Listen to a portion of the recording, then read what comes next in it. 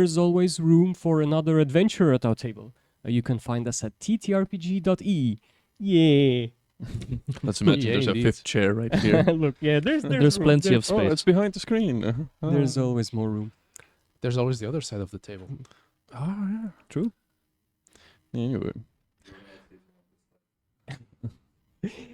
Guys, playing D&D is fun, but in my opinion, DMing is work. So I want to dedicate this time and discussion to helping new as well as experienced DMs simplifying and streamlining their game prep as much as possible. And for this, we have an awesome panel today. Luis, would you like to introduce yourself and tell us about your experience with D&D? Yeah, sure. So I'm Luis. I have been playing D&D since 2016, 2015. I started actually, before that I was just playing digital games that had the D&D rule set, like Neverwinter Nights or Baldur's Gate. And from that I migrated to seeing some people playing on YouTube. And from that, I started developing ideas for my own campaign, spoke with some friends, ran a relatively short campaign. It was like 12 or 13 episodes. We didn't actually finish. The life happens, as you know. That was my first experience running. Before I even had any experience playing, it was... It had its moments, but I can admit I was very inexperienced at the time. Then in 2019 or 2020, I had my first shot at a table. Played the campaign for about a year and a half. And then I met you. You Cool. invited me to the community, and we played many games together. That's also where I met the other two fellas sitting across from the table, who I'm sure will be happy to introduce themselves next. Sure, let's go with Adrian. Hi, I'm Adrian. I am originally from Romania. Came in this area about 8-9 years, something like that. I first got interested in Dungeons and Dragons and tabletop role-playing games due to my, I guess, dislike of the limitations of video games, where essentially like you have so many options in what is called an open world, and yet there's this mountain that obviously looks like a path, but you can't actually path that way because the developers didn't think of that aspect. So I found some videos of live play. That's maybe 3 or 4 years ago, and I believe it was 3 years ago that I actually started playing D&D. I found one of my coworkers that was interested in Dungeons and Dragons and other TTRPGs. He DM'd a couple sessions for us. And then I met your group about the same time that it was founded, which I think was like 1.5, 2 years ago, something like that. Something like that. Yeah, we're close to 2 years old. Sorry, I should say our group. And I played a few games with Dungeon Master Anton here before I thought maybe I should venture out into DMing myself as well. So I have been DMing a couple one-shots here and there for the past year. I believe 1.5 years ago, I started a campaign that is currently running. These two are part of it as well. And I'm not exactly sure when that's going to come to an end, but if it does come to an end, then I want to have a lot more of them because D&D is awesome. So, gonna pass it on to you. Cool. Right. Name's Rene. I've been part of D&D since I was 8, when I first played Icewind Dale for the first time. Really enjoyed bashing goblins into giblets, and that kind of stuck with me ever since, and I loved the system. I played D&D excessively on and off with my friends since in my teens. Usually I thought I will never get to play, but then suddenly my friend came up with an idea, hey, we should play this. I was like, oh, no, yes, absolutely. But the reason I got into it, this is actually a really great way to act and do voice acting, because on an amateur level, I enjoy doing that immensely. I have DM'd a bit, but I think I stopped DMing since 2022. I think I've been burned out severely, and that is one of the topics today, and we'll get into that later. Yeah. But anyway. Also, a quick introduction from my part. My name's Anton. I am pro DM with 150 games run under my belt. Aside from like running campaigns for strangers and random expats here in Tallinn, I also run corporate events and D&D weddings and funerals. So you can, if you have a wedding or a funeral coming up, you can book me for one. All right. So you really put the fun in funeral, yeah? Yes. If I ever die, please play D&D at my funeral. Okay. We'll make the one shot about resurrecting your spirit. That's Or help him cross to the other side. Oh, no. You know? Speaking Very- of... go on. Very modest of you to mention 150, which is the number at which you stopped counting. It's true. This is how many, like, who knows how many you have played so far. I counted them meticulously at first, but then I realized it doesn't make sense anymore. I left a benchmark of 150 games and stopped counting from there. All right, guys. Once again, welcome to the live stream. I wanted to do an exercise with you guys today, which looks like this. So imagine you have a game to run coming up in an hour. Like in an hour, your guests are arriving and you need to create the most awesome thing you possibly can with the 60 minutes that you have. For those 60 minutes, what would you focus on? What would you include in your prep and what would you mercilessly drop?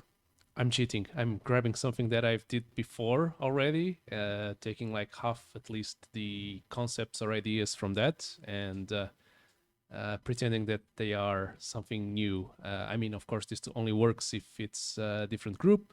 If it's a short game, like a one-shot or a two-shot and not a full campaign.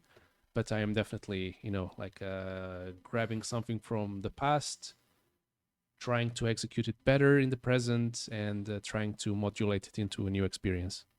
Would it be like a module from a story that you've run, or some notable NPCs that you have been keeping in mind from that time, or something else? It would be something from. It could even be mixed. Something from a setting. Then I can take a character that I played from some other, from a completely different setting. In general, I'm not very cognizant of D&D lore when it comes to Faerun, for instance. I know where Neverwinter is. I know where Baldur's Gate is. Most of that knowledge I actually owe it to you. But beyond that, we even have this joke, right? It's the Forgotten Realms and the Remembered Realms, and it's all in the west coast of Faerun. When it comes to characters, my knowledge is even worse than that. So when I do run games, I tend to basically use a lot of homebrew ideas. It helps me not, get the lore of something that exists in some module, book, whatever, incorrectly in front of a player that may know it quite well and which might break their immersion. And it's just easier, at least for me, to work with concepts that I've created in my head. It's easier to remember, this character, I created it for this purpose. This city has this kind of infrastructure, that kind of thing. All right, that's cool. Rene, what would you do with the hour of the time that you have? Excessive plagiarism. But no, most likely I would just grab some form of ambience, maybe a soundtrack. I have maybe something set up already from the past. But if I had nothing and I had only an hour, soundtrack, ambience, just a quick idea, probably skip the map, make everything narrative, theater of the mind. And for the rest of the 30 minutes, I just kick back and enjoy. No, something like that, minimum prep. And just kind of hope for the best, improvise. Adrian, what about you? Well, I don't have to do much um, thinking over there to imagine what it's like, because that's usually how it works for me with my games. I have like 2-4 weeks or whatever time, and the last hour before the session I'm like, oh, I haven't gotten a chance to prep anything. um, Most of the times I don't run one shots.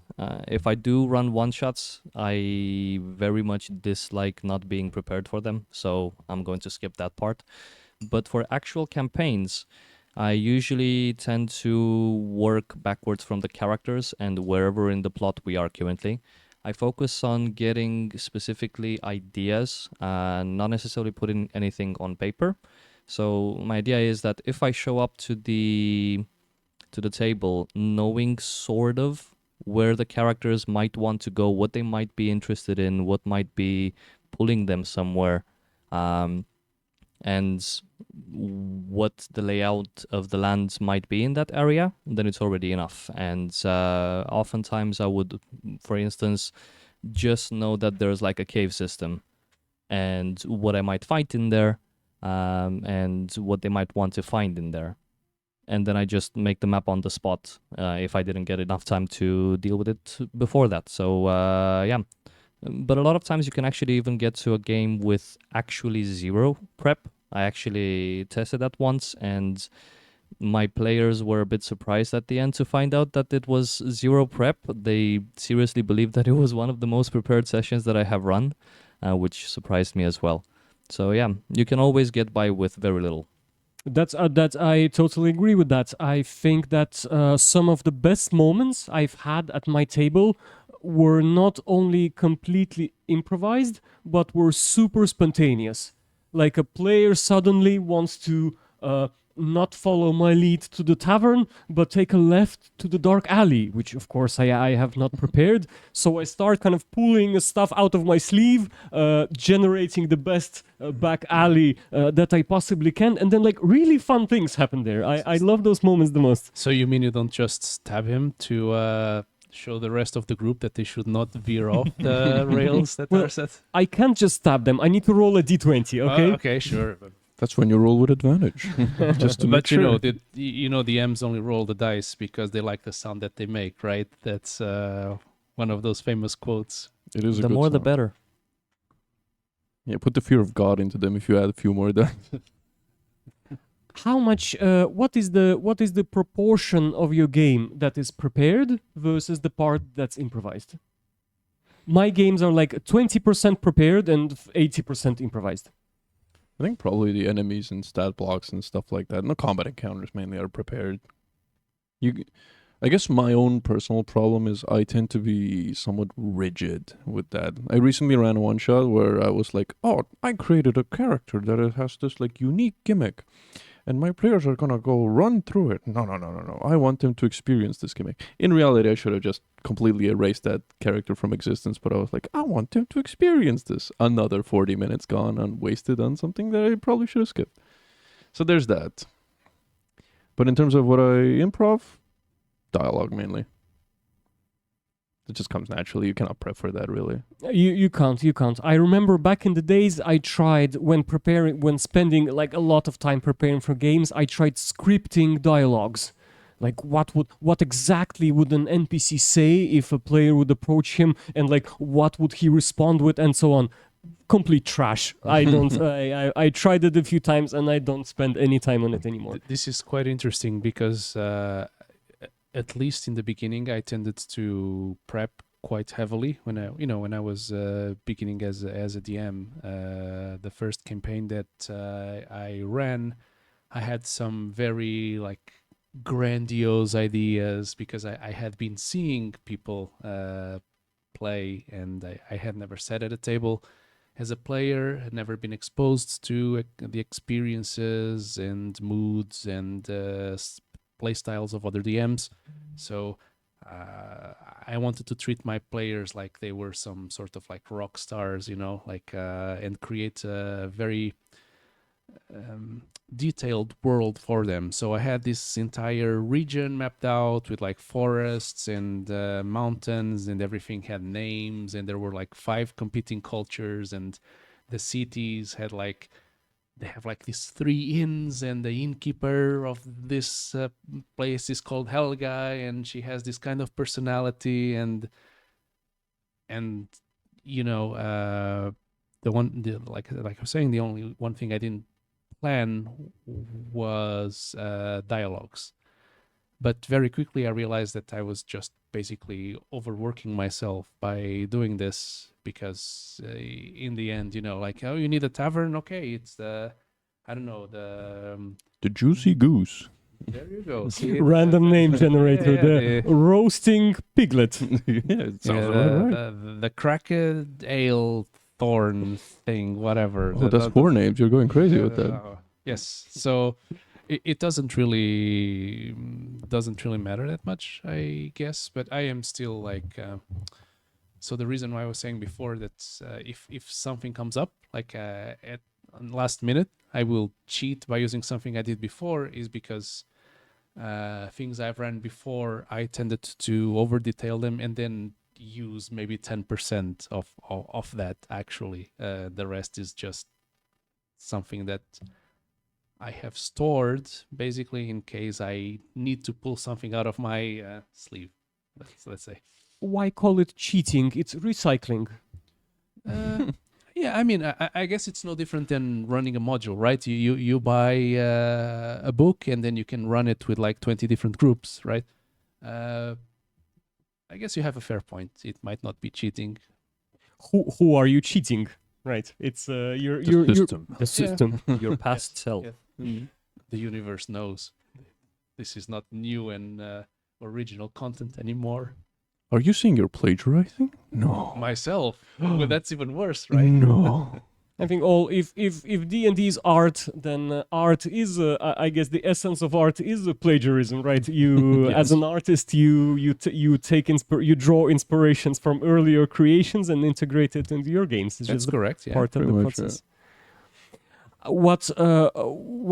I'm not a teacher myself, nor have I ever worked as a teacher, but I know that for young teachers, there's always a dilemma of how long does it take you to prepare for a class. Like imagine you have to run a class for an hour, like on like a math class. How long will it take you as a teacher to prepare for 1 hour of educating your students? So I recall that back in the days when I was preparing games, it took me 10 hours of prep per 1 hour of play. So like Sounds a about 4-hour session would take me like 40 hair-pulling hours to prepare. Like since then I've gone down to about maybe like 15 minutes for an hour of play. So that's If I may ask, how exactly would you allocate this prep into? Because I have an idea of what I put effort into nowadays, but I would really like to know what are the things that you focus on that take that pie slice of time. if you guys read books, and I really hope you do, my favorite book on Never. dungeon mastering is The Return of the Lazy Dungeon Master by Sly Flourish. It teaches you to basically drop all the unnecessary things that you'll never need and only like focus on the stuff that you will need. And it gives you a really well-defined algorithm of like what you should prepare starting a game. Let me see if I can improvise it. Right. Let me improvise that as well. So what I would do first is I always remember that D&D is about my players, right? It's about people who are coming to play at my table. So I agree with Adrian that I would actually review like who's playing at my table today. So let's say I know that René is a full-on role player and he hates combat, while Adrian likes a little bit of everything. And maybe Luis is a hardcore min-maxer, so he has prepared his paladin with an AC of 25 and his best artifacts, and he's like ready for some full-on combat. You know, I might actually have. My Hexadin with the Warple Blade is ready for blood. My level 1 character with 35 AC and it's ready for combat. How do you even reach 35 AC No, at you level don't. 1? I'm joking, but He'll find a way. Don't worry. Don't challenge him. True. with Anton's generosity, which we might be something that we address later, it's possible to get into the low 20s as level 1 character. So the other thing I would do is that I would create an engaging starting hook. Like I would not plan the whole, like let's say the session is planned for 4 hours. I would not plan the full 4 hours, but what I would do is I would create a really awesome first 15 minutes.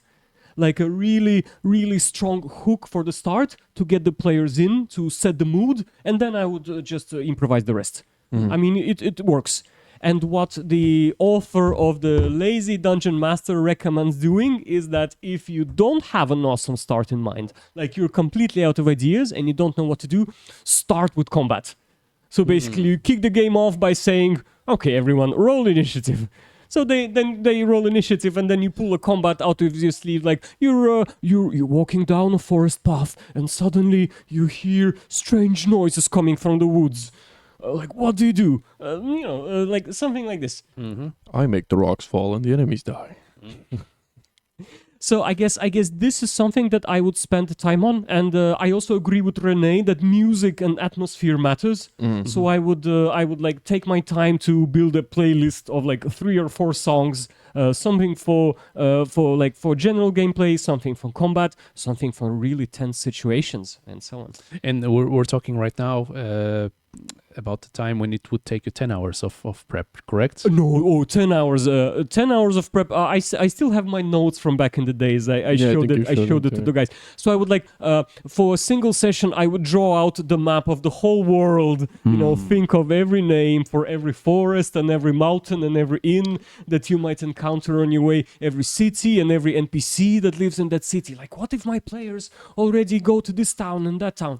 Screw that. And we haven't even touched... So basically the things I was saying that I used to do as my inexperienced DM prep crimes, basically. It's not a prep crime. It's actually fun to do. Like it's a part of the fun and joy of being a DM. You are the architect, right? So you create the architecture. But the more games I run, the more I feel like you don't need to build the whole house right away.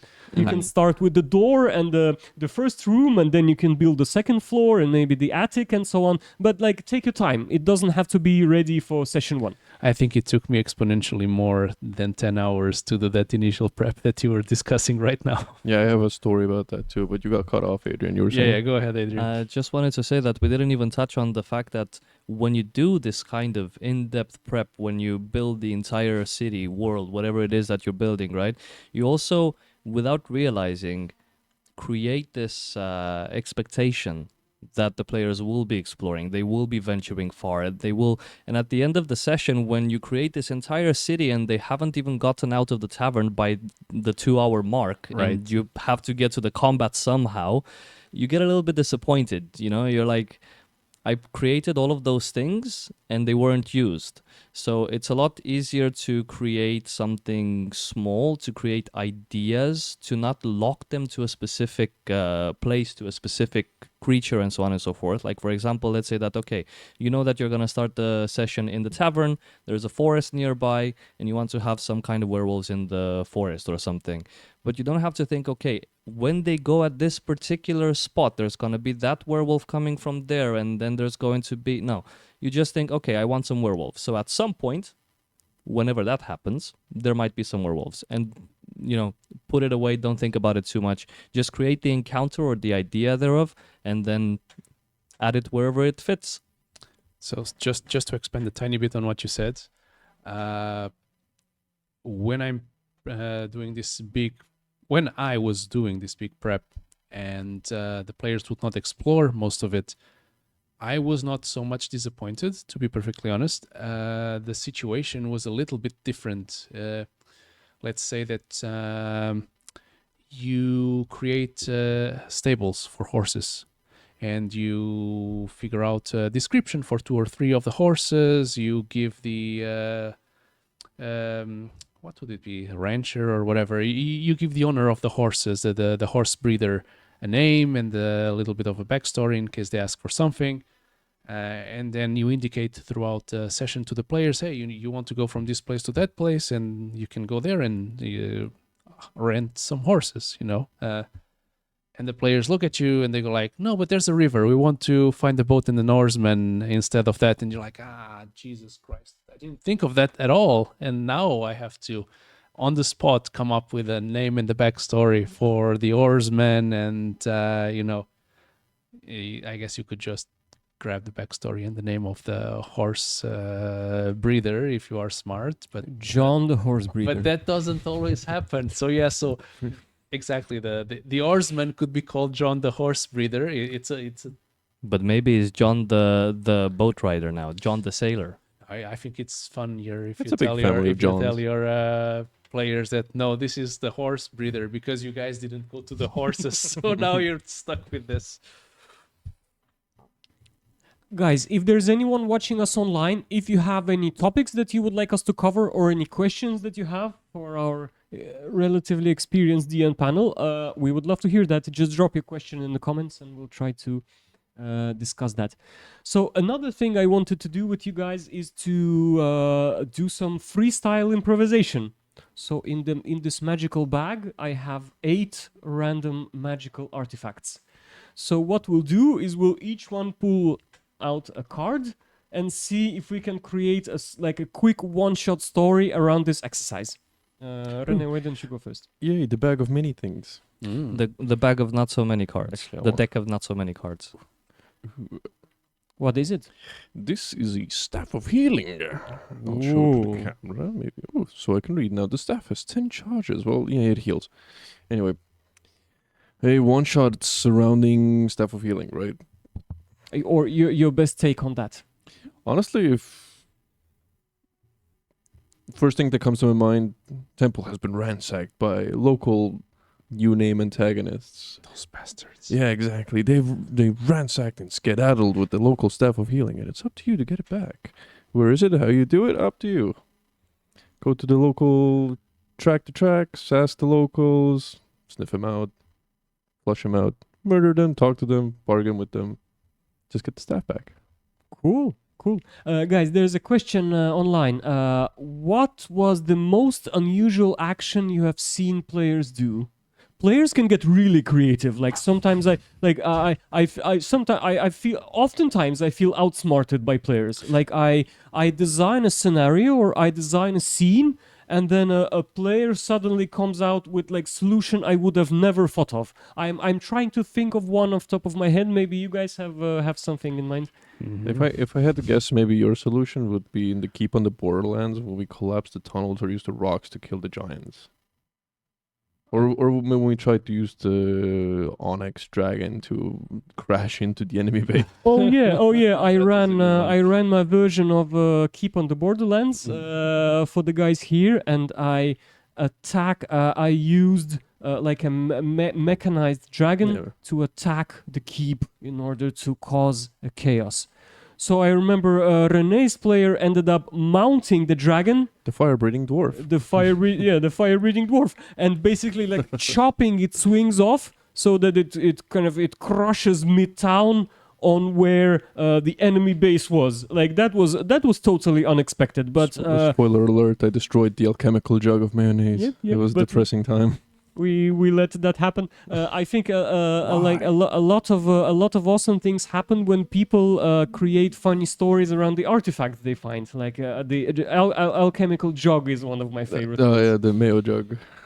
So I mean the kind of random artifacts that I also like improvised on the spot ended up being like picked up by the players, and it was like the artifact that left a big imprint on the campaign, big or small. Let me remember some other awesome, like a lot of awesome things happen at the table. It's true. And they it's interesting that they come from players. It's funny that you improvise, you create something on the spot with no idea behind it, and then boom, a player picks it up and the idea starts flourishing in his head, kind of defining the way that the campaign goes. That's the beauty of the game. Oh yeah, agreed. Okay. I'm gonna go last now. I've been talking too much, so you I'm guys raking my brains, but nothing comes to mind right now. Remind me the question again exactly. What was the most unusual action you have seen players do? Unusual. I've seen a lot of cringe stuff. We're talking like 18 plus nonsense. Yeah, but that's I'm that's not- a I'm part not- of adult yeah, gaming as well. Yeah. I'm not gonna dwell into that part. I'm trying to remember. Unusual. Oh, I know one that you know. I mean, go for it. I got No, nothing. go ahead. We're Because still thinking. I wanted to talk about something from the games I was running, and this is a game where we were both players. So that would be for Anton to comment on the originality of the players. But Anton, do you remember the illusory carpet of the barbarian lady in the middle of the desert? No, I don't know. At camp at not camp at D&D summer house house. last year, we had to infiltrate a brotherhood of I don't remember who they were canonically anymore. A Brotherhood of Gorm, the male only brotherhood. Right. Yeah, we had to. Except one of the players was playing a barbarian lady that had to pretend to not be a barbarian lady. Now do you remember the creative solution your wife came up with? No. Please remind me. No, I barely do. So she was playing a bard.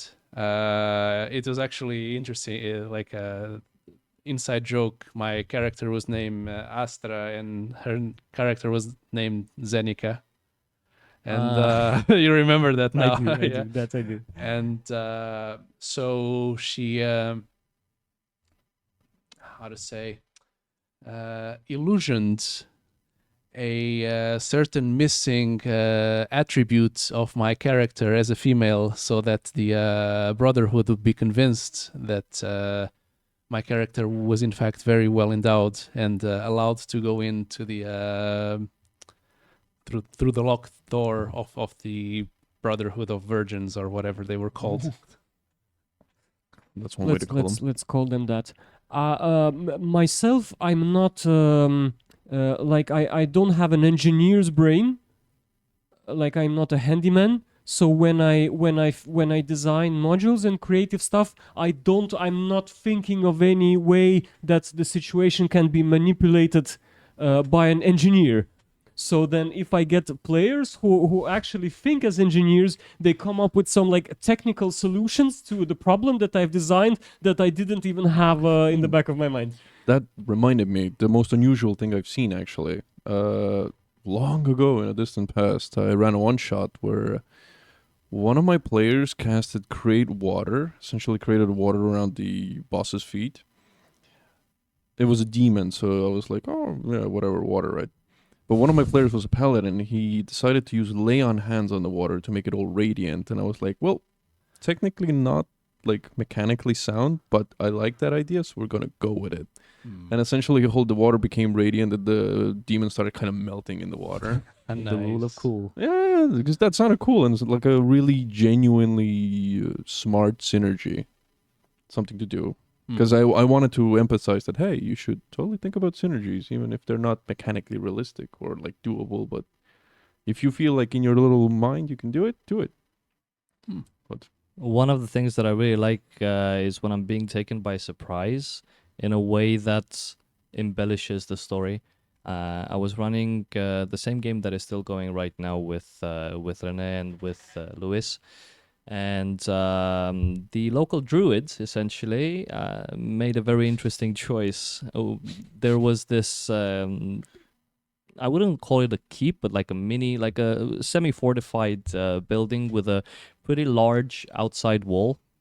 And through a series of interesting decisions and very good rolls, the druid turned into like what was it, a rat or an otter, or it was something with a Weasel. climbing speed, Weasel. a weasel or something with a climbing speed, yeah, regardless. it was a church. Right, a Yeah. church, like a fortified church, essentially. And there was this whole army of orcs and ogres on the inside, and they were supposed to have this whole hoist kind of moment when they either infiltrate or destroy them or something to get inside, to touch a specific item, to get like a sort of vision, right?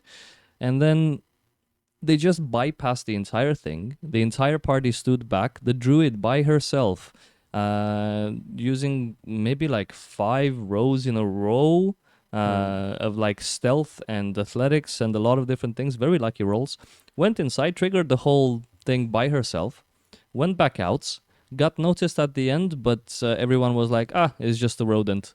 And then I was like, okay, is nothing going to happen here? But no, they did return afterwards. Now with a layout of the keep that they were not supposed to know what it looks like, they one by one took, well, not one by one, but like, a handful of Patrol by orcs. patrol. Yeah, essentially, they were waiting for patrols. They were drawing them out, and then kind of did the switcheroo, went through the forest into the keep, called them, and then essentially the tables were turned. They had the higher ground, literally.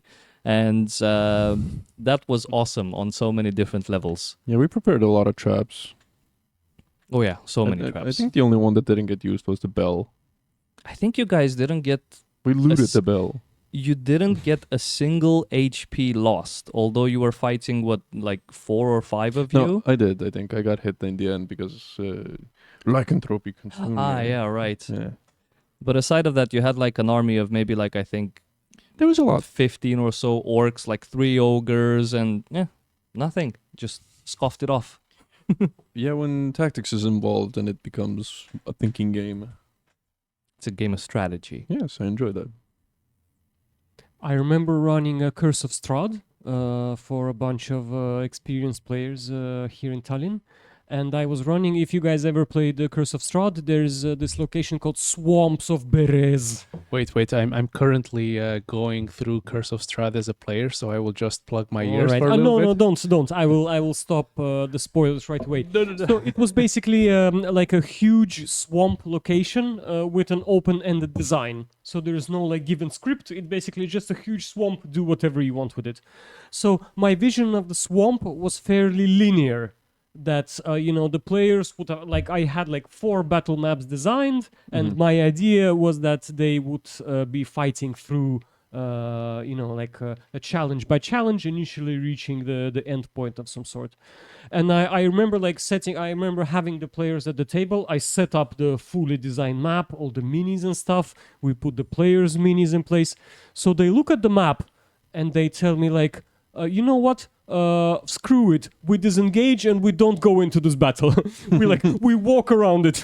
Smart. So I was like, I thought to myself for a second, like what am I going to do about this? So then I was like, screw it. I removed the map. I removed all the minis. I set up another map. I set up like another minis on the spot. I was like, okay, if smart move. If you don't like these enemies, then I have some other ones up my sleeve. Fair enough. Shall we continue with the sack of many Yes, things? Adrian, it's your turn. Oh yeah, I shall sack pull a of many card. I'm things. gonna go straight in the middle. Oh, Mel is watching. Hey, Mel. Let's see. Hello, Meme. Belt of Giant Strength. Roar. Oh, nice. Fun there's fact, you can different make a types. barbarian with the strength as a dump stat using this item. True. Yeah, you can well- make a very strong wizard with muscles. Or So what's the story around the magic item, Adrian? Let's see. So the Belt of Giant Strength. I would probably, if I were to make a one-shot around this item, I would make it less about getting the item back and more about some sort of slight villain that's sort of swiped this item as a means of getting back at whoever has been wronging him or her. And the purpose is to get the belt off of them. So, after they took this from maybe the local, Local what would tribe. it be? The word is escaping me. Like from the local museum or something, they swiped it. And after that, they have been a nuisance to everyone and everything.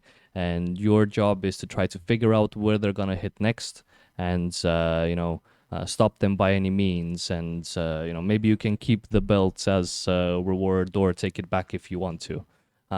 So yeah, I would probably be making some sort of semi-urban scenario with a couple of buildings, a few NPCs, a little bit of social interaction to try to figure out where they might hit next, and go from there.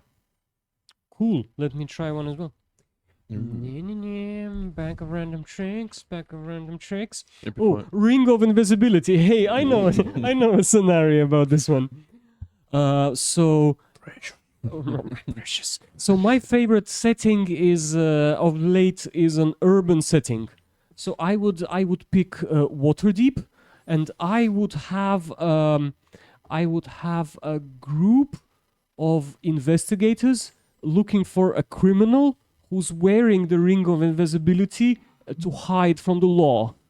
So basically, you are 3 investigators in Waterdeep working for the city, and you need to find the invisible criminal and confiscate the ring of invisibility from him before he commits his next crime. Oh no. Dastardly antagonist. I can see that being a good session. See, we could do that. Luis, would you like a pull? I can help you. I can help you read. Might be able to. If I'm not, then I will scream for help, and you can use the help action. So It's the bag of Alright. holding. I got a bag of holding. Wow. What am I going to do with this? Yeah, I'm gonna use the help action. No, Can I propose an idea? Imagine someone stuck in a bag of holding. Damn it, you took my idea. I think that would make for a very short session, though, wouldn't it? I guess there's like You no have 10 oxygen or rounds something. to get out of the bag of hold.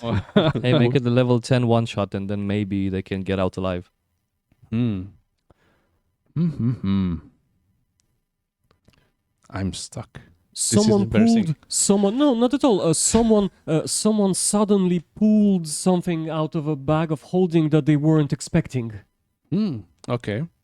You know, a dangerous a letter. Ooh, a dangerous letter. A dangerous, an explosive, explosive letter. Glyph of warding with 7 fire. Oh no. And that's why I only have those 3 fingers. What would you do? Like, because I really am stuck on this one. I had an idea for the staff of healing. I was thinking like, oh no, the princess is sick and the king has sent some. Quick, I'll cover up the camera and give you my card. No, it's fine, it's fine. I was just so I had an idea for that, and I had an idea for the ring as well. But bag of holding. You are thinking. You are walking down the road with a party of adventurers. You suddenly meet a caravan that has stopped midway, and the head of the caravan is in stress. The goblins have attacked the caravan and stolen his precious bag, which he doesn't really define to you, but really wants to pay you 100 gold each if you recover the bag. From the goblins. The totally normal bag that Totally has normal bag. no special powers whatsoever. It could be the cursed bag of holding, the bag of unholding. The devouring, right? Yeah, the bag devourer. of It devouring, just yeah. steals your items, and your goal is to get them back. And No, then once you get the bag of holding, I like that hook actually. So it's some scenario, right, where you have both bags as something that you could potentially retrieve, and you need to figure out how to not retrieve the wrong one. So you're in some you're sent to some ruins to recover the item, but you find that there's like a mirror pathing inside, one leading you to the item you want, the other leading you to a false item that will be very bad for whatever you put inside. One of us like tells us that. lies, one of us tells us the truth. Yes. One No, of us holds, one of us unholds. Yes. now I'm actually waiting for you to make that one shot and invite me. All right. where you're like, yeah, I have an idea. I have some ideas, and not related to the bag of holding, but to that next one shot. Right. What's next? Guys, if you're watching us online, in the comment section, drop us a magic item or an artifact that you want us to create a quick one-shot story around, and see how we will handle that. it doesn't have to be an official one as well. You can just make it on the fly. Sure. You know, improvise. I want a shot at redemption with this. So yes, please. We have a bit more here in the bag of surprises, so you can pull. I will wait for the feel free to pull friendly. another one. I'll pull one. Yeah, go ahead. Here, let's see how many I have. I will What do I got? The Ifriti bottle. I've read I'm a about this. genie in a What does it bottle, do baby. exactly? Paint the brass bottle wasted the time. When you use an action, remove the stopper. Thick smoke flows out of the bottle. Smoke disappears and Ifriti appears. Oh, this is easy. What appears? Ifriti. If- Essentially, if- a if- djinn. a gin. An Ifriti. Okay, yeah. I mean, honestly, you could go anywhere with this. The djinn gives you a quest. Do the djinn's quest, whatever that may be. Or maybe the djinn wants to get out of the bottle. You help. Either way, whatever one shot you come up with, it's related to the djinn and him being in the bottle. Or maybe you get pulled into the bottle and you get into the djinn's world. I actually once had players go inside the bottle of a genie to haggle with the genie. That's actually a great way to transport your players to the plane of air, like the elemental plane. Mhm.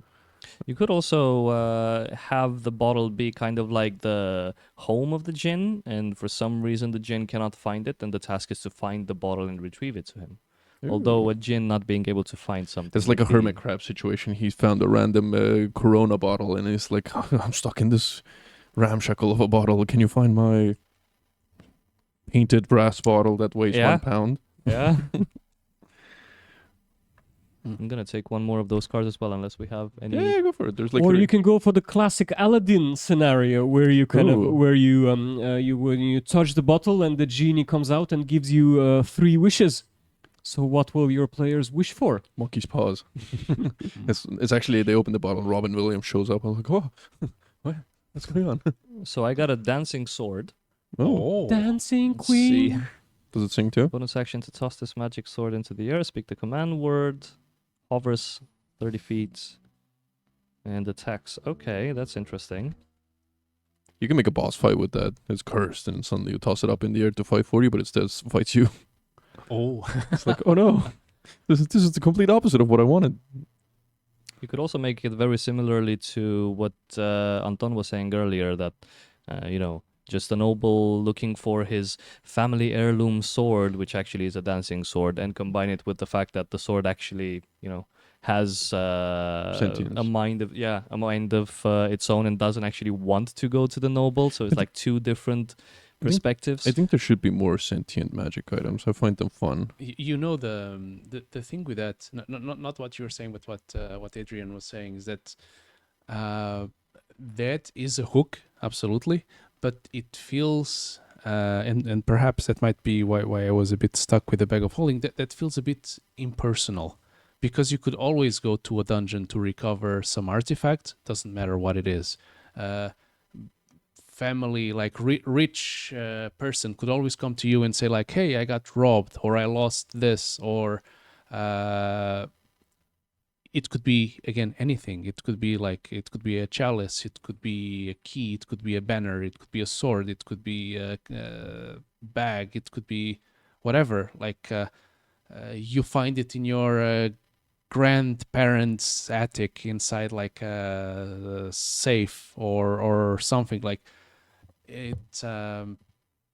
There's plenty of scenarios that you could come up with, but they just feel like you could Similar. substitute the item Yeah. for any other item, and it feels less personal. That's why I was trying very hard and failed to find something that would speak to this bag, but not something else. At least not something much different. And like, oh, I lost my ring, I lost my ever smoking bottle, or whatever. Oh, you freely escaped from my bottle. I mean, going with the idea of the sentience of the sword, you could kind of like flip it on its bottom and make it in such a way that you find a sword and it's still sentient, but the sword has a specific request, as opposed to someone looking for the item. So, the sword would be the quest giver for whatever reason. Let's say that the soul of the sword is someone that has been entrapped for some reason and they need something done to basically escape the sword and finally be put to rest. So you find it on your grandparents' safe, as we were saying, and you discover that your grandfather is You find actually the not. fuck in the raw. No. rock. Your grandfather is actually not dead, but his soul is trapped within this sword, and now you go on a quest to free your grandfather's soul. My, So gr- Grandpa, is that you? my grandpa used a sword. Grandma was quite freaky. Your grandma is a shield. Oh, sword and shield. Look at that. You have the animated sword and the animated shield. Nice. An idea that's rolling in my mind is that in order to attune to and subdue the dancing sword, not only do the players have to beat it in combat, but they have to beat it in a dance battle. Oh, So it's combat first, but just winning in combat is not enough. You need a few good performance checks after that I in like order it. for the sword to say that yes, master, you are the ultimate. Not only are you the ultimate fighter, but the ultimate dancer. Please carry me around. What was the wizard subclass? The dancer, Blade singer. blade singer. Yeah, Blade- the blade- dancing sword would fit Blade that. dancer, yeah. Blade dancer, yes. Nice. Could be that. All right, 2 more cards. Luis, if you want to go for another try. Sure, why not? Did nobody comment anything? No, not yet. No. Ooh, some boots of Winged boots. All right.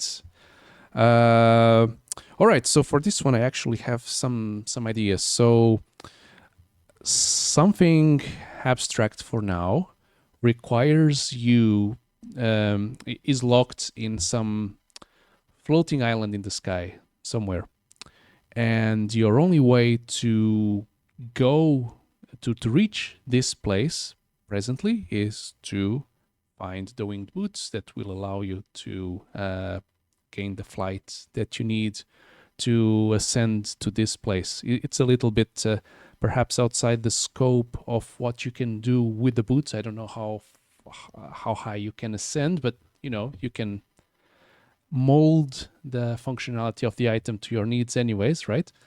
And it could be anything on this floating island. It could be an evil guy you have to defeat. It could be yet another artifact that you have to recover, and the boots would be like a means to an end and not the end itself. I guess either of those things could fit for a potential campaign. One shot or Well, one shot, yeah. Maybe Well- 2. Maybe it takes you one session to get to the boots, and then another session to actually use them to travel and finish the business you need to finish. Any other hot ideas for winged boots? Honestly, no. And I mean, it's the lost boots of Hermes. Go help him. Greek gods, whatever. Olympus. I don't really have any. I would imagine some like silly creature you would not expect to possess such an artifact, getting into possession of such artifact. Like, I don't know, there's suddenly a flying goblin in the woods, and you need to investigate, right? So you come and you see the flock of birds flying by, and then there's a goblin with winged boots that is also happy in the skies, Nice. chasing them around. So you might want the artifact for yourself, and then you choose the means by which you help the goblin descend.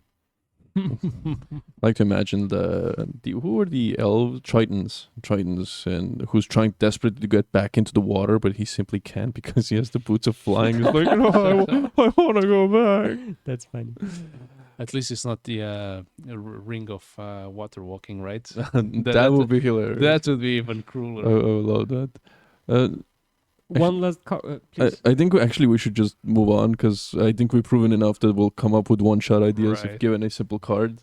Actually, that would also be a pretty good hook for the ring of invisibility before. So this Triton used to have a ring of invisibility, but it got switched by the ring of water walking somewhere. He didn't notice, right? Mm. And now he's like, why isn't it working? Why am I not going down? And why am I still visible? I don't understand what's going on. I've been streaking in the nude for a few days now. Yeah, exactly.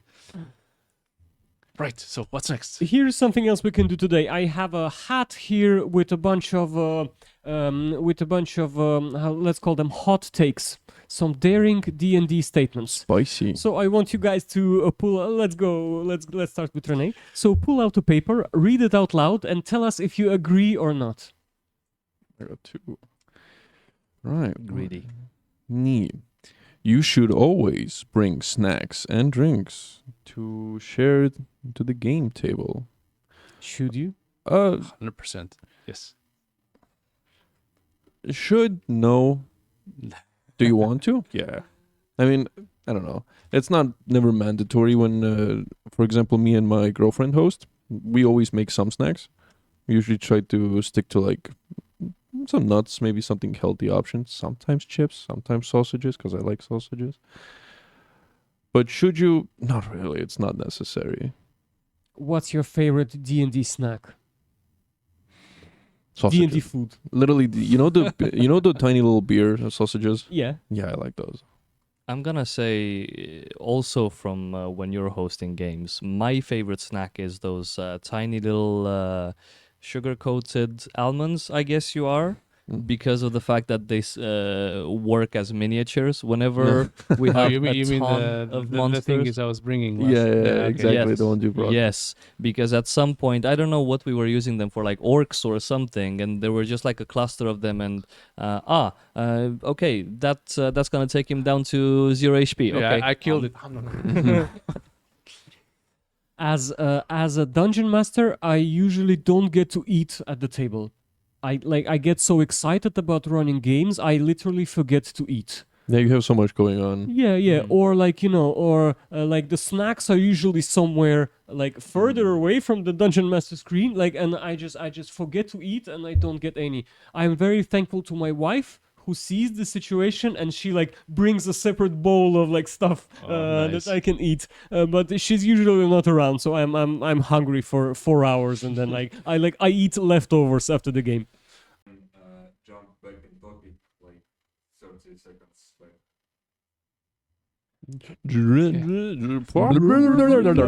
Time reverse.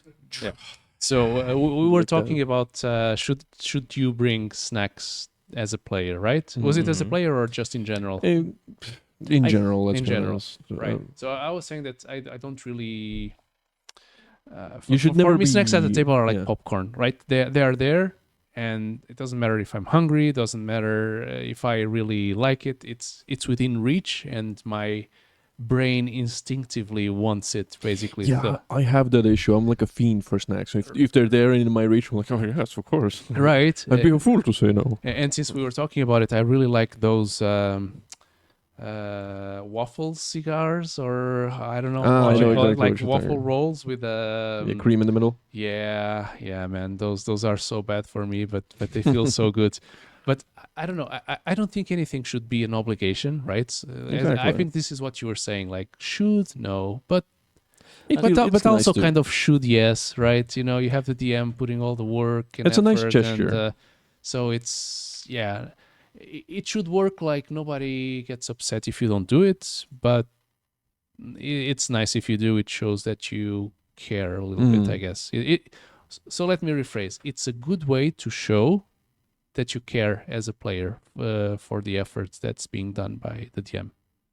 It also depends on the group itself, because various groups have different preferences. I've been at tables where the dungeon master is known to be the one that brings burgers to the table and everyone else whatever they want. I've been at the tables where there was no food on the table at all, maybe just drinks.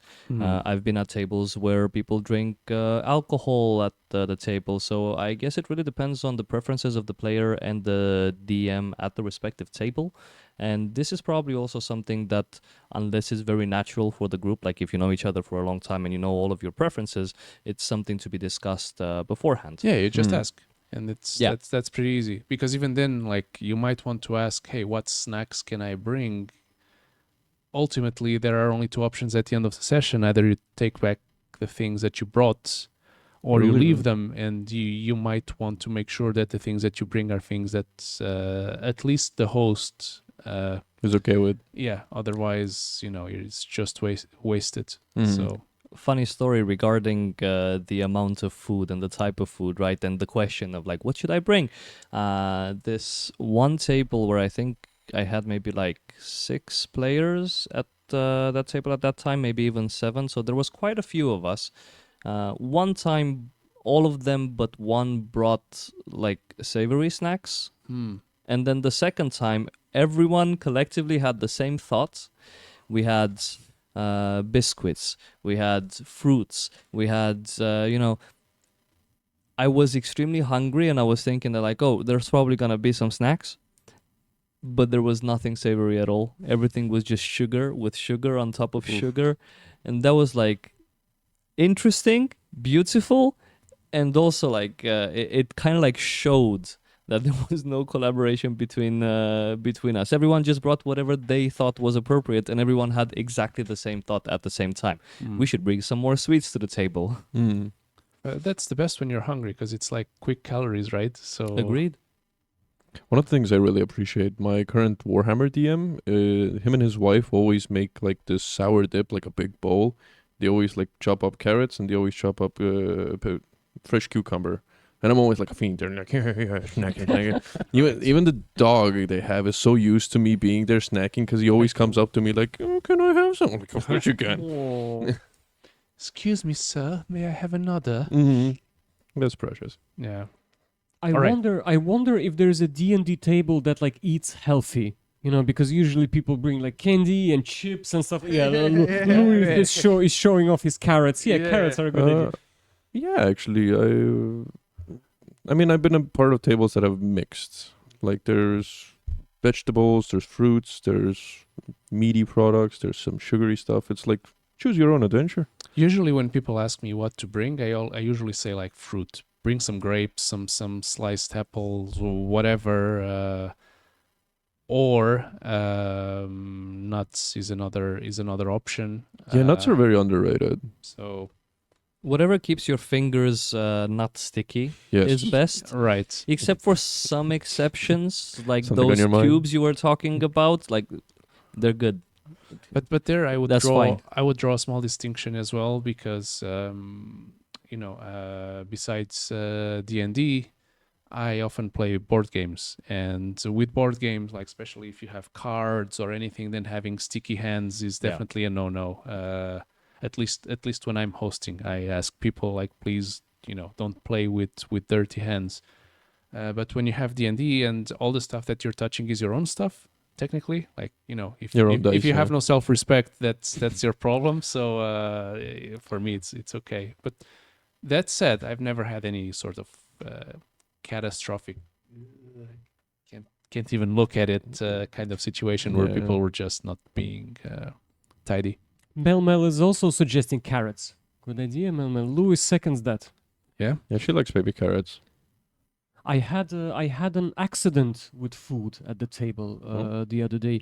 I had a player who had a peanut allergy. Ooh. Like he let everyone knows in advance that he's allergic. I like as a medic, I always ask when people tell me about their allergies, I always ask like what will happen if you will eat it. He told us that like he'll die. And then we had a bit of like a switch up of players at the table. So we had someone new bringing home baked cookies. And then there was like a language different, like everyone spoke different languages. So I asked her like, "What's in the cookie?" She told me I might have like ignored it or something, and the cookies ended up at the table. So the person like I'm running a game, and the person grabs the cookie, he eats it, and then he like stops the game and he asks me like, "What's in the cookie?" I'm like, okay, let's figure this out. So yeah, it was a bit of a scare in the moment. Thank God it ended well. But yeah, and if you have any allergies, always let people know. I think it's a good Every idea. session. That is actually a good point against nuts, to be perfectly honest. Even though I really like to have some at the table because they are clean. They don't. It's dirt for your hands there. immersion. But Death yeah, saving throws. but they are. Yeah, saving throws won't help here, unfortunately. Throw the cookies. All right, so food is an awesome topic. A lot of snacks we can talk about. Adrian, grab another one. Certainly. Give us Let's your see. hot take. You need €0 to play D&D. The experience is free. I actually agree with that. Now, of course, there's differences in terms of preferences and what you like to bring at the table. Like, as a dungeon master, a lot of times I bring 3D printed miniatures and battle maps with wet erase markers. But honestly, you can just, maybe have a piece of paper and a pen, whatever you have laying around. You can roll dice on the internet or borrow some dice from a friend that already has some, and you can have a good time. You can even use apps or whatever. So technically, yes, the experience is free.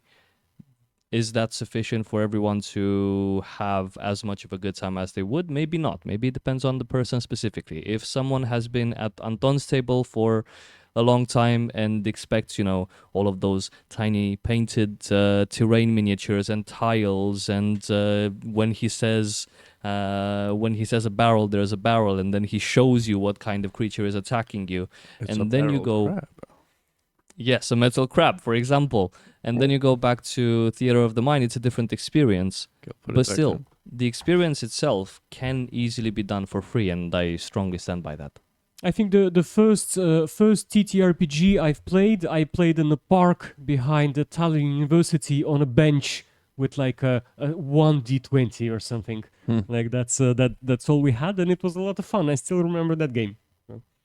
Yeah, I think my first game we also had like one pair of dice that we just collectively used and just made it work. Like, oh, I found some Google images and we'll put it on the computer screen. This is like to build ambience, and YouTube was playing. One of my friends even got drunk and constantly was suggesting, like, let's put this song on that doesn't fit the theme we're going for. It was a shit show. And when I started DMing, I was wondering how I'm going to bring anything to the table. So essentially, Anton here wanted to throw away some old, almost broken up battle map that he had. That I also inherited from another person. I took it, I glued it with whatever glue I had on hands, and I'm still using that battle map to this day. Now I have two of them, one from you, one from Lewis. Exactly the same battle map. I didn't actually know that it's the same. Well, now I know what to gift you. Now I know what to gift you. I'm the third person who hasn't given you a battle map.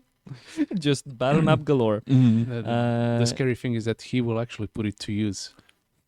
Like you'll have a session where you have like three layers of battle. Oh, yeah. It'll be like Oh, yeah. different levels and just right. Yeah, exactly. Hey, Like- both of the battle maps are now filled on both sides. There are those foldable battle maps. Both sides of both of them, so 4 maps, are now filled. That's for why the I said session what that I'm I going to said. have on Sunday. Yeah, I know who I'm. but hey, dealing with. no spoilers there. This is for the session that is not happened yet. So, You but mean yeah, the one with the crocodiles? yeah, the one Where- with the witches, exactly. Right, where yes, okay, yes, understand. But essentially, I was using those battle maps, some dice that I already had from playing as a player for like half a year or a year before. And I didn't have a DM screen, so I was using, I believe, your screen for a bit. And I was using some random pieces of paper, and No, then I you- built myself a DM screen. You built your own, which was really cool. So, yes, you can play D&D or any TTRPG probably for free. So, am I going to be the voice of dissonance here at the table on this? Oh, please. All Prove right, us wrong. Speaking of hot takes, All right, hot takes, right? So, I think you're not wrong when you say it can be free. You can play for free, but I would say it can be free for you. But if we are talking about group economy, then no, because someone had to learn the rules from some source book or some other material. Someone had to, get some experience, some from somewhere to be able to run the game, explain it to others. So if we are talking about today, yes, the 4 of us could have a 0 monetary cost game right now, But even when we are talking about resources that are essentially free, like, putting some music playing on YouTube, that costs someone something Time. to Yeah. produce. No, not just time, but it costs resources to actually produce that song, right? So in the greater scheme, no, you cannot play for free. You today, like the four of us, could play for free without anything specific, but only because we already invested in the past to be able to get to this point today. Fair enough. That would be my opinion. We also have a few comments from viewers in the meantime. You just use a laptop as a screen. Duh.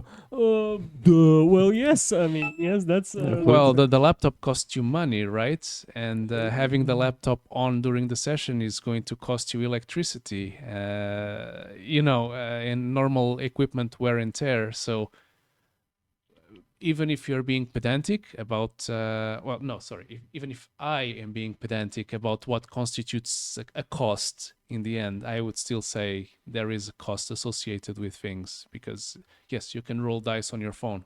Well, you paid for your phone at some point, right? Well, technically, your phone is not related to D&D, so. I mean, sure, okay, but But Still. although I think we are getting into the very technicalities right, of things. that's what I'm saying. Like, maybe there's like 2 or 3 degrees of distance between the cost and what you are doing now today, but still. Yeah, fair enough. Do you want to pull a? All right, guys. Next topic. That's why they're hot takes, Ouch. right? We Oof, have to Ouch! Ouch! It's the hat is really really hot. It's the let hat me of hold that one embers. in. quickly give him the staff of healing. Oh, it's right here. Oh no, the 3D. All right, folks. Role Go on. play is more important than combat. Yes, I agree. I hate D&D combat. same. I think this game is the Awful. combat in this game is really poorly designed. It's really slow, and it's usually like the low part of my session. I love the role play. I know like there has to be combat, but I'm like every time I go to combat, I have to like swallow a little bit of it up, because I don't like how D&D combat is designed. My favorite are spellcasters who don't know their spell list. Yummy. I'm gonna partially disagree with that. Just thinking of combat as itself, not as what it takes to do the combat, especially because there are many different systems out there.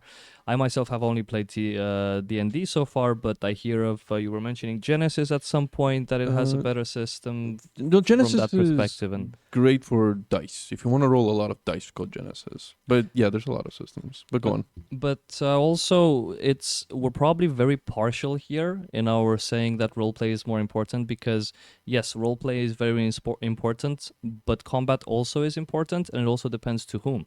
For example, for a min-maxer as a player, most likely they don't really understand or care that much about the roleplay itself. They're specifically waiting for combat to show their AC and do whatever they want to do. I have had players at my table that have engaged with 0% of roleplay and only have a smile on their face whenever combat happens. Yes, it's slow, but it's important for some people. So I would say neither is more important than the other. Maybe we tend more towards roleplay as DMs because, well, that's where everything shines from our perspective.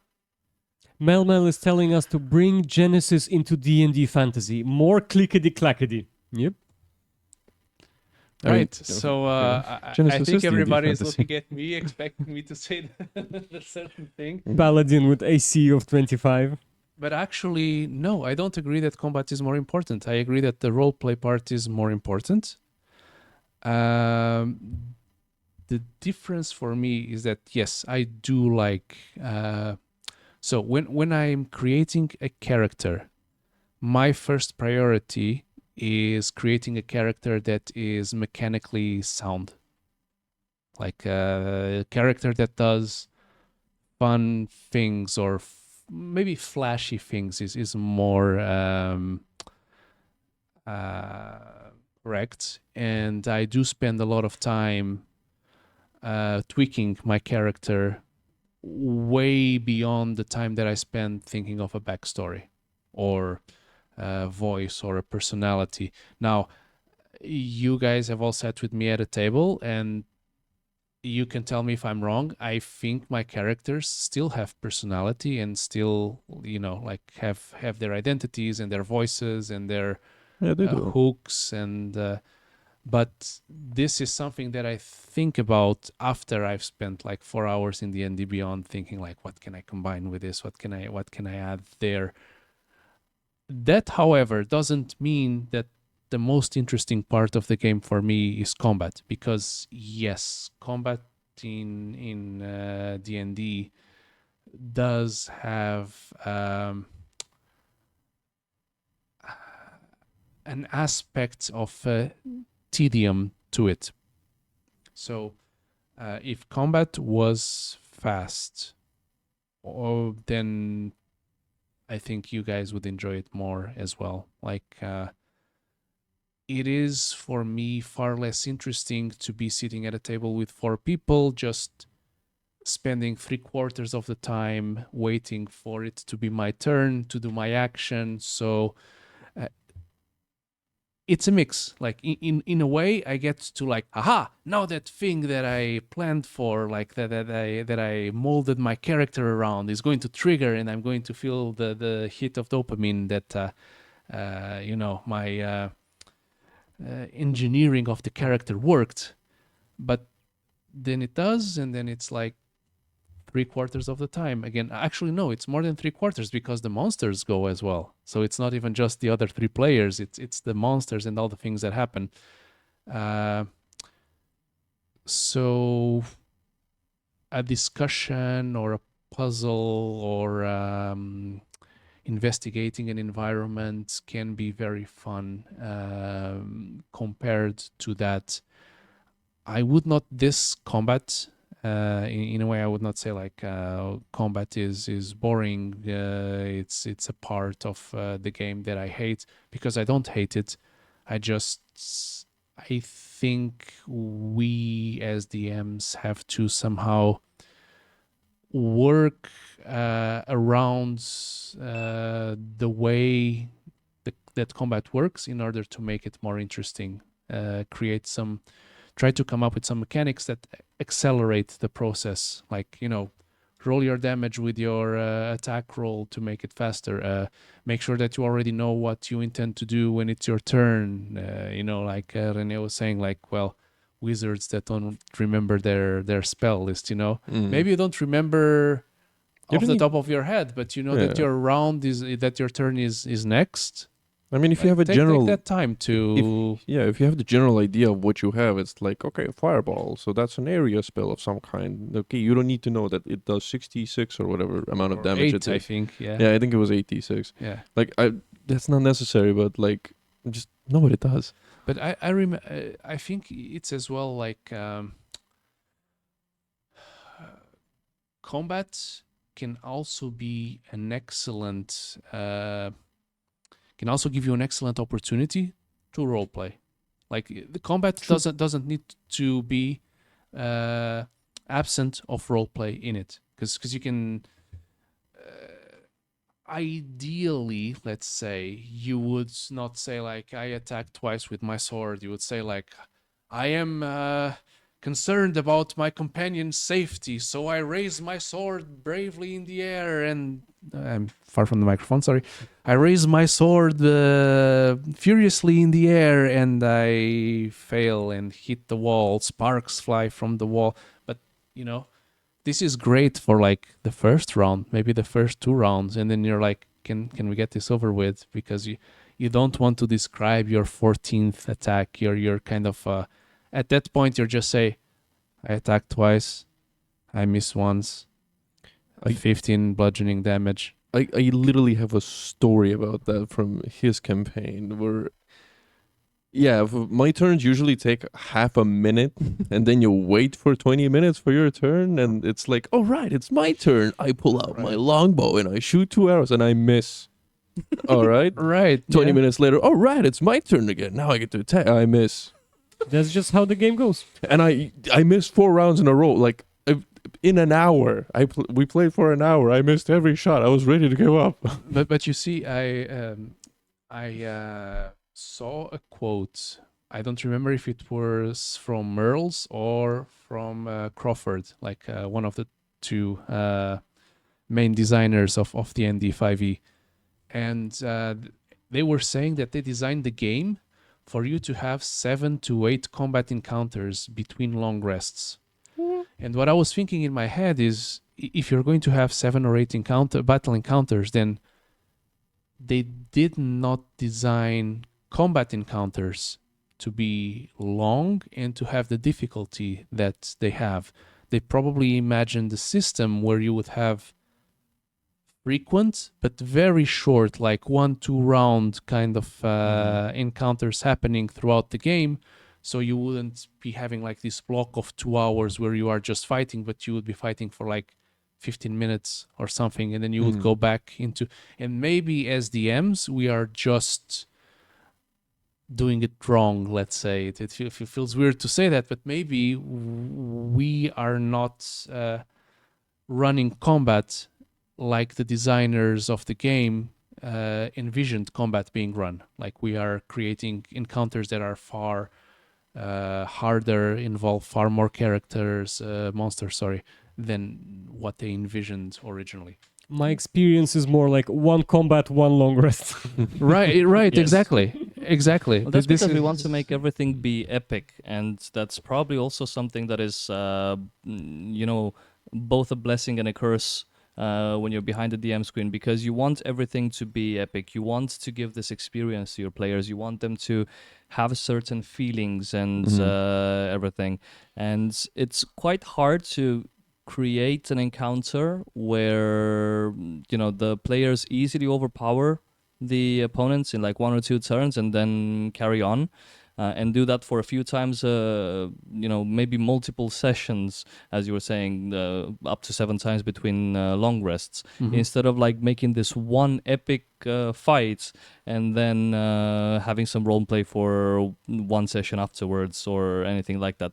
But there's also the problem that if you make every single fight epic, then it just becomes very If everything's epic, nothing is epic. yeah, exactly. And it also becomes platonic, boring, long.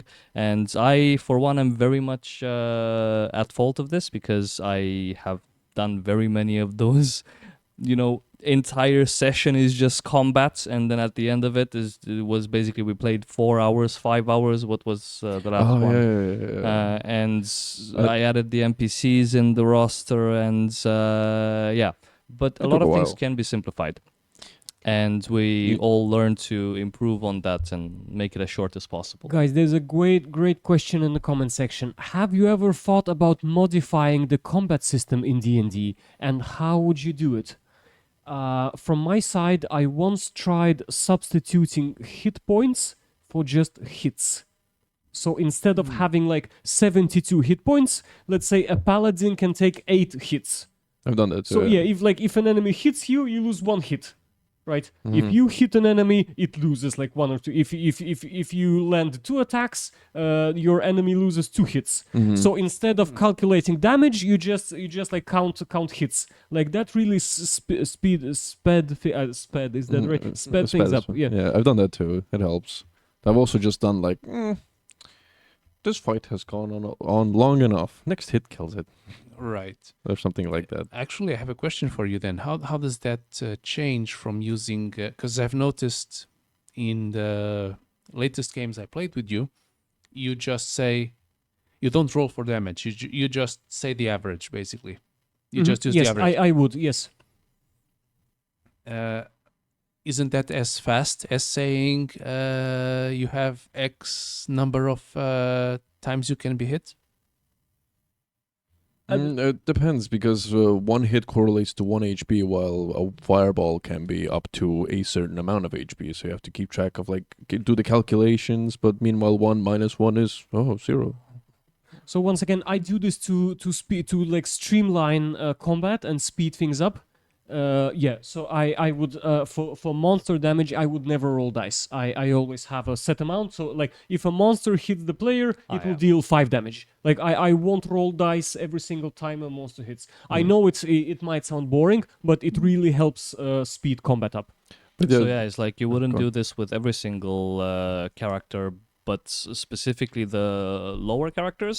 And then if you have any bigger boss, mini boss, some important NPC, then you would still roll for damage to have that sort of edge of, you get hit but just a scratch, or you get hit and it's a big powerful hit, or anything like that. Sorry, I cut you off. No, I actually cut you off. But one of the things I recently did is essentially, since a lot of D&D comes down to action economy, how I improved that is not by adding more like minions, but I just gave the boss creature like several actions. No, like you did recently with your, like this goes here, it also goes here, and maybe it goes there too. And just like add several actions to the boss, let him do like cool stuff in one round. And if you have like for example, like I had the Cloud of Daggers, it just triggers twice, and the player is like, "Oh, I'm being rewarded for my smart thinking." Because now it does double damage technically. Although sometimes you do want to have different targets so that the players... It's situational. The things that they have that have effects attached to them. Mm. If there's a single target that has to survive always the conditions that the actions of the player may impose on it, it can really easily, in my experience, just stack basically, and then the creature is not doing so well anymore. Fair enough. And if it has just legendary resistances, then you err on the other side where basically the players feel like they are doing nothing. They are just burning their best stuff to try to control this character, this monster, and it's I don't know. I guess it's a balance between them, I suppose. Go on. In the comment section, Quake++ says, I found miniature-based combats be far more boring than the narrative-based combats. As in when the map and miniatures get set up, etc., limits the change of setting, speed, and so on. I thank you for your comment. I partially agree. I found that different players enjoy different setups. Me, myself, I enjoy like narrative-led combat more. I don't even need the miniatures on the table. But I noticed players do love minis, especially people who have issues with focus and concentration.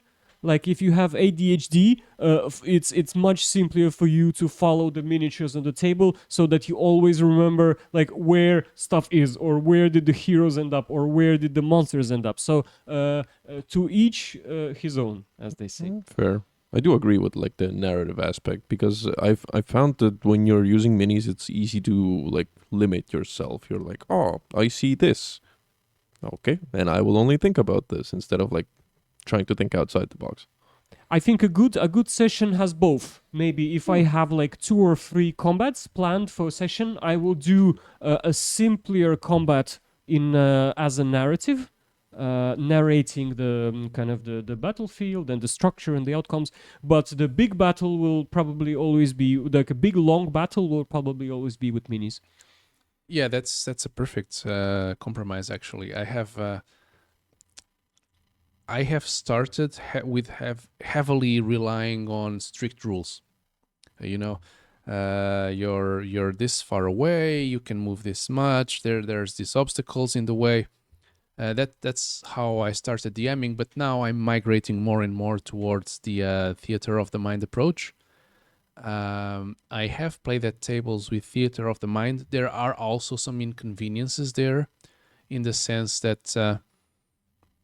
What you imagine is not the same thing that DM described. Not really. More like you kind of forget what's there, or basically I start all of my rounds as a player asking the DM, so how many can I see, and how many are within range, and how many can I get to?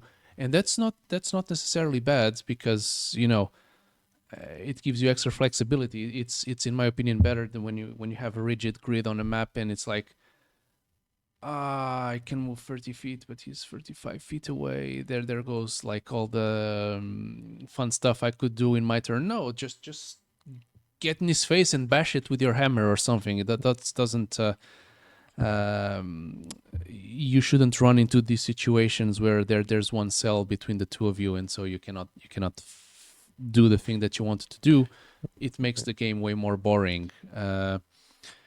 So yeah, I see a bit of virtue in both. Personally, because I have bad eyesight, it actually helps me to not worry about squares and rigid grids, both when I'm playing and when I'm DMing. Beyond that, I don't know. I think it is nice to have some sort of.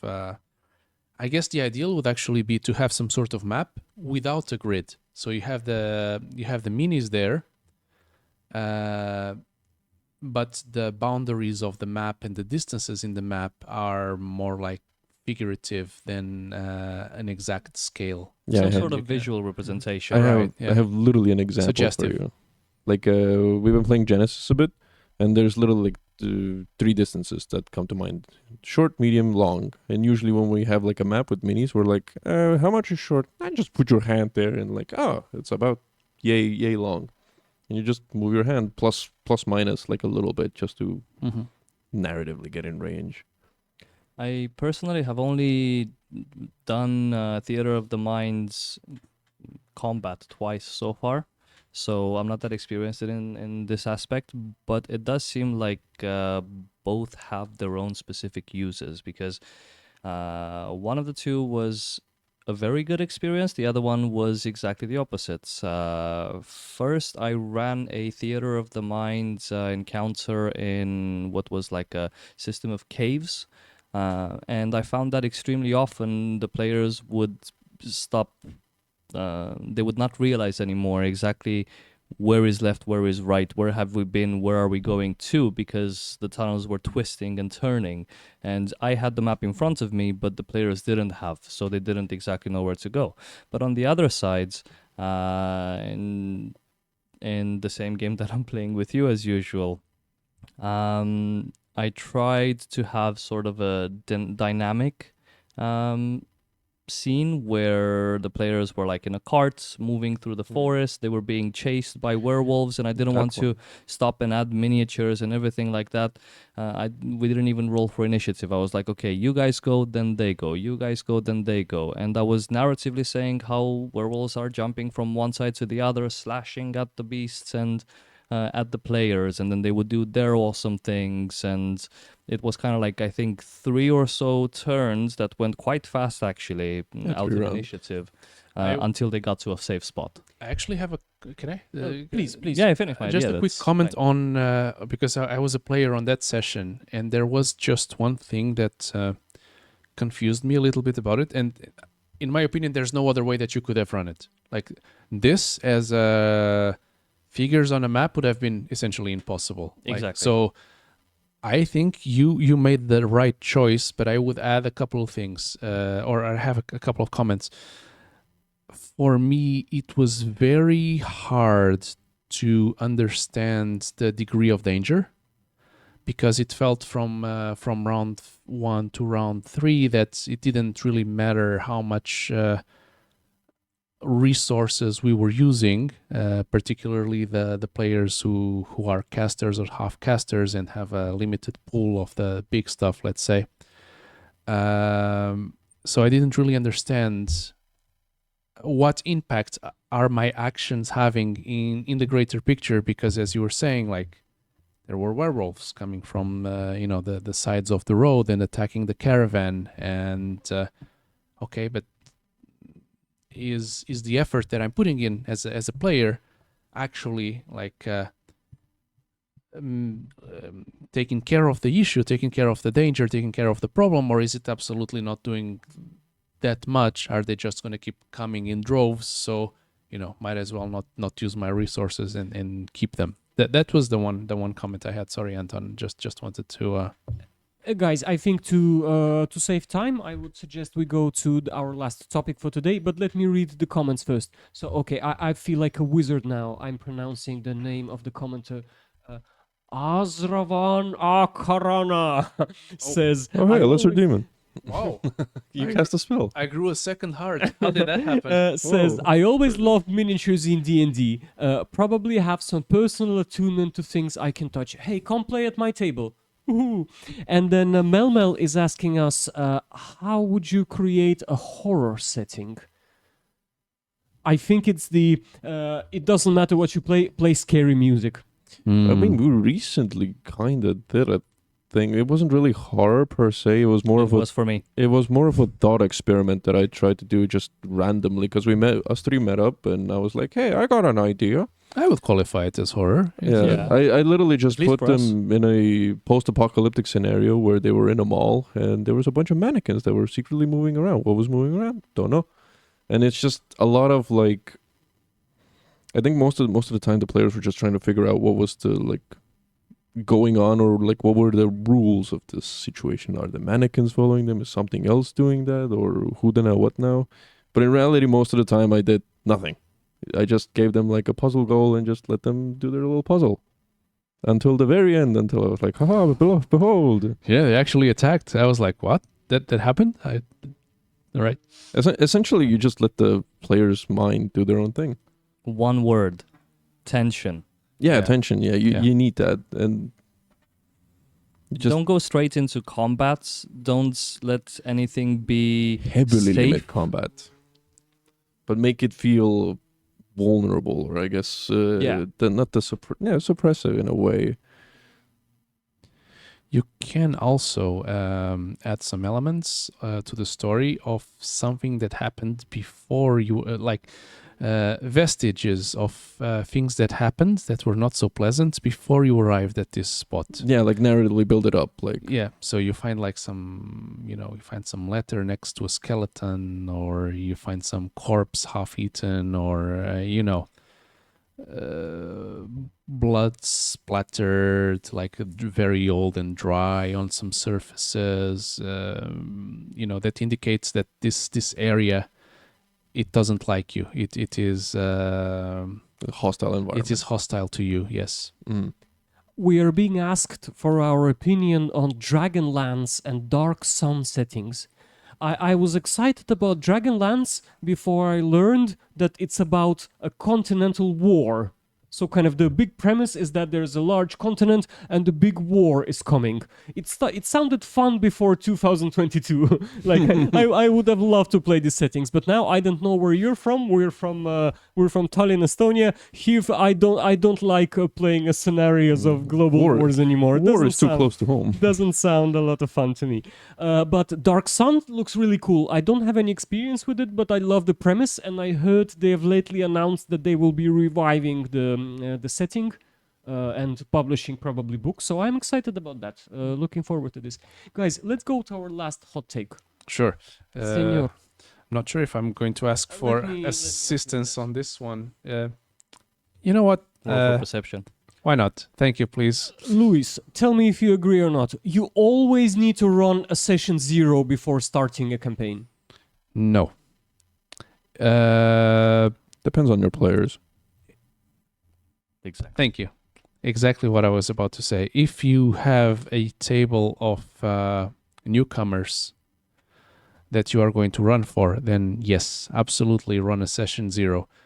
If I would run a game for the 3 of you, I would not run a session 0. I would give you some very basic instructions. Hey, this is the setting, this is the character level, these are my house rules.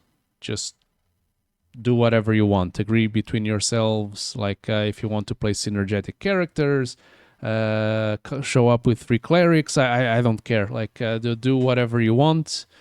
You are experienced. We are here to have fun. I run mostly short games nowadays anyway, so it's not like you will make decisions today that you will regret in a year and a half. Whatever. Not important in my The goal opinion. is to have fun. Yeah. I think session 0s are useful, like no doubt.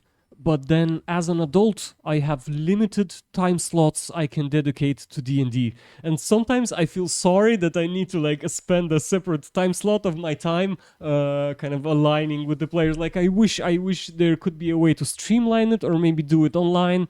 But yeah, like it usually eats up some time, and yeah, that makes me sad. Time is scarce. At the same time, session 0s are really useful, especially for games where you're going to have more than just one shot with one or more people that you don't know, or of various backgrounds. And sometimes it feels as though having the session 0 in person as a specific session is much easier than trying to coordinate multiple chats over one or more messaging platforms with up to 3, 4, 5, 6 people, depends. And a lot of times gathering together at the table and having the session 0 is going to be much more beneficial to make sure everyone is aligned. I actually, for the last game that I started recently, which is going to have the session, I think 4th session, I believe, this Sunday, I had the session 0 with them, and I still feel that there's a little bit of information that I'm missing, and I feel as though I would even want to have a session 0 2.0 with each one of them individually, but that would just take so much time and effort from everyone involved. I joined one of your campaigns, like, kind of in the middle of it, maybe even more than in the middle, and I was a little bit lost in the beginning when it came to story and characters, but it was still enjoyable. So, I don't know. Like, I guess it depends a lot, as René was saying, on the players. Yeah. Well, that's the thing. If you have enough experience with enough different people and different tabletop groups and everything like that, then regardless of where you jump in, you're going to figure it out anyways within 1 or 2 sessions, maybe 3 sessions, like you did yourself. But if there would be a new player coming in the same scenario, then I would probably have to explain a lot of things to them. New player here's as how in the brain- inexperienced, or as in actually completely beginner. Okay. I would have to explain how the game works, what has happened so far, and everything like that. They wouldn't be able to just jump in and take over like you did. Guys, we're live for 5 more minutes. If you have any questions for us, we would love to answer them. In the meanwhile, we can pick up if you guys want to hot pick take. up another 5 card. minutes. 5 minutes. Using D&D Beyond. No. During Pick the another one. no, during the session slows the game down. Yes. no. No. Yes and no. You're constantly on D&D Beyond, so you're already ready and know it by heart. But for me, I kind of find it like, bloody hell, where was the thing? You're kind of like fiddling with it. Even though I don't think there's a better alternative. Sadly, true. Yeah, that's the issue. Like, I do have moments when I'm like scrolling through the phone to like, okay, this is skills, this is spells, this is actions, this is. I do have those moments. Not gonna lie. However, and again, because I have some eyesight issues, but I don't know if it would apply actually to any human at this table. Hello, If human, I here it had to applies. look for those things, sorry. If I had to No look for those things on a character sheet in front of me, then roll dice manually, like roll physical dice, then add the bonuses, the modifiers. Let's not say bonuses, the modifiers myself. Calculate everything and serve a final value. I really don't think that I'm taking more time on the screen just because I have to scroll between pages rather than have a page in front of me. not fair. And pushing a button that rolls and adds most of the bonuses. The D&D Beyond does have limitations with, auras and hex or whatever you might have active at the moment, but still significantly faster in my opinion. So one thing offsets the other. Like the fact that I have to navigate offsets the fact that you have to add everything manually. I will say this much: while on the phone it takes a lot of time, if you have a tablet or anything, that will simplify it because you have a bigger screen. I've seen Julio use it. Milmil has used a tablet, I think, once or twice, and that has been like a massive upgrade. I'm rarely a player behind the table, but when I play, I'm a pen and paper guy. So I bring my printed character sheet and I roll fast, I calculate fast, just because I know how much of a drag can D&D combat be. So I try to speed things up on my part by doing math quickly. And actually, generally, if you write the stats down, you kind of remember them already. I think so too. All right, guys. Louis, that spell I casted on you earlier that shocked you a little bit was seemed to have actually been a name of a Sumerian demon. So if you need, we can banish that later when we Sure. when we go. Sure. So that second heart is probably that. It's cursed. Yes. yes. It's Probably get rid of it. Make sure you get the right one. it's gonna drain the first one and then take over. Adrian, quick last take. All right, let's see. Writing a long character backstory is a waste of time. Define long and what for. I think this is the perfect one for you. So I'm going to say yes again. Yes and no. Yeah, of course, it's always nuanced, but these are hot takes, so we Fair. cannot be. If we're all like For always like a- giving like a grayish, lukewarm answer to everything, then Fair enough. I mean, I would say, first of all, if you like to write, I myself also like to write, and probably Anton knows that a lot of times whenever I'm playing something with him, he's like, oh, make a very basic character sheet with a very basic backstory. I make like 3 pages or something, so I'm guilty of that myself, because I like to go deep in it. But how I would go about it is writing a long backstory in itself isn't necessarily a bad thing. Just don't expect your dungeon master to be able to read through, understands catalog, right? Catalog information. And utilize all of it, because there's only so much that can be utilized. I would rather use what are called knives. So yes, go ahead and make your backstory as long as you want, but then make a bullet points of, NPCs from your backstories that you have relations with that might still be relevant. Something that has happened in your past that Narrative is hooks. haunting you, and why. And, this location that you're avoiding and why you're avoiding it. Anything that is sort of incomplete, because those are the things that can actually be brought to the table somehow.